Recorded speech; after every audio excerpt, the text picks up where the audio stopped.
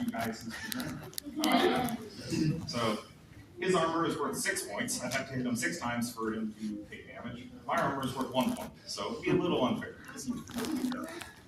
So usually when we go to do a fight, we want to make sure that everybody is understanding that this fight is agreed upon. Like, you don't want to hit somebody when they're not expecting it, because they might be doing something and not realizing it. So usually you go up and, guys, would you like to fight? Of course. So you then reach out, tap swords. As soon as the swords are tapped, that means that both of you have agreed to this duel, and you go to fight armed. So, despite the fact that I was explaining it, obviously I tap swords. So I've lost my arm now. You can see that in the advantage. Like, usually you also want to call it out. Obviously, if you were to actually cut my leg, there'd be blood, you'd be able to see it. I should have called arm before, but that just helps him to know what's going on, like to know that he actually got it, that I heard it, but I didn't just decide to throw my arm back here for no reason. So, we can do that again, but you'll take your arm for free. Good.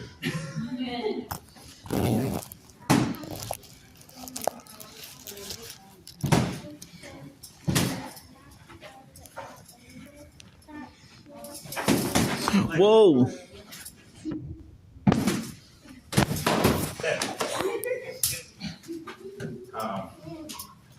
So generally fights like this go fairly quickly. It's just the two of us fighting. If it was in a more battle game scenario, he might have 3 people with him, I might have 3 people with me. So he might kill me, but then somebody else on my team might kill him. And then if we have a healer, maybe they can resurrect me, maybe they can heal him. All of that kind of plays into the larger battle of it. My son would like to know, can you sneak your shot around it? You can, yes. I very much enjoy some of these shots. I was trying to do it a little bit around his arm there. That's what's called a wrap shot. So instead of going just for a straight shot, you end up wrapping around to be able to change the angle to get around it. So you end up coming there in order to try to hit the arm or the back. And on arm. You can also do the same thing over here, where instead of going for a straight shot, you go for a wrap to try to get around to that side and wrap around the block. Go ahead and do a fight with sword board. Sure. Kind of see this. Now both of us have a little bit more protection, so it's a little harder for either of us to score on the other person. So these tend to go a little bit longer.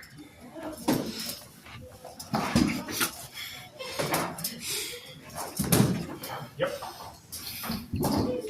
Now they're defensive. Defenseless is scary. Yeah, like yes. With the shields, it's a little bit harder. Obviously, you gotta work more to get around the shield, because this, if you'll see, it blocks just about all of my torso here. If usually you're trying to hit the arms or the legs at this point because that's what's available. So then that means you have to get down here and block it to prevent that from happening. Any more questions? Are there points for style or flair? Like Yes, if I die dramatically, is so, that so not in terms of acting ability, not in terms of a actual combat advantage for you. We do, however, have an award system. So people that make stuff, people that act out well, things like that, you can get awards and then be recognized for your role play, recognized for your construction mechanics, things like that. So people that go out and then they like to call it flurb it up. That's acting greater than what is just required from a point in the battle game. So soccer.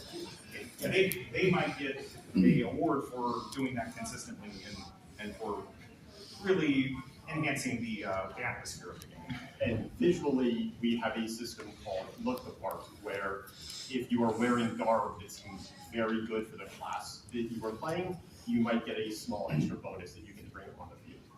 But that's all visual, like thematic armor or some non-game piece that still adds to your character's points. Is there like an age requirement? Yeah, so for the LARP that we play in, any minors do have to have a adult present. And if you're under 14, it's at the discretion of the monarch, me in this case, as to whether you can take the field or not. Our park has a lot of parents in it, so we try to incorporate kids as best as possible. Whether that's simply putting them off to the side of the battlefield, so maybe we're fighting here and we have a kid, if this stage is our limit, maybe we'll put the kids off to the side of the battlefield and they just throw things onto it to try to hit us while we're fighting. That way, if it's about combat, they're invulnerable, we can't do anything to them, we just have to pay attention to keep them off. Once they're a little bit older, then maybe they actually start coming on. It's really up to kind of the safety and the maturity of it. Like, can they follow the rules, all that kind of stuff. We might also just slow the game down. Normally, I could run at guys as fast as possible. There's one, you could make it so that everybody is what's called slowed during the game. And at that point, it's kind of like walking like a zombie, slowly trying to get over the person. So that's a lot easier to keep from unintentionally running over a kid or something like that. If, I have to know every single second where I'm putting my foot. So there's ways of making it safe. We try to be as inclusive of parents as possible. But those are the real requirements. 14 and over can play freely, again, as long as everybody's following the rules. Under that is up to the discretion of the monarch. We try to keep it as safe as possible, but also inclusive and keep people coming as much as possible. Do you have any particularly funny or embarrassing stories regarding LARPing? Like, did you have like a pet run through the battlefield all of a sudden, for instance? So I used to bring my dog. I don't bring her anymore. I found out that she doesn't require like a regular harness. I have to have like a third loop on the harness to keep her in, because she learned to just spin around backwards and then get back right out of the harness. So there are multiple times where she came to be running onto the battlefield. I thought you didn't play fetch with the She was good. She just ran through the battlefield and then walked off and started sniffing stuff. But, she has there's been times where we put the gear on the side and then you want to try to chew on it or something. But probably my favorite memory of LARP was actually my third day out, I think it was. One of the classes called monks have an ability that they call sanctuary. So you drop all your weapons, you say sanctuary.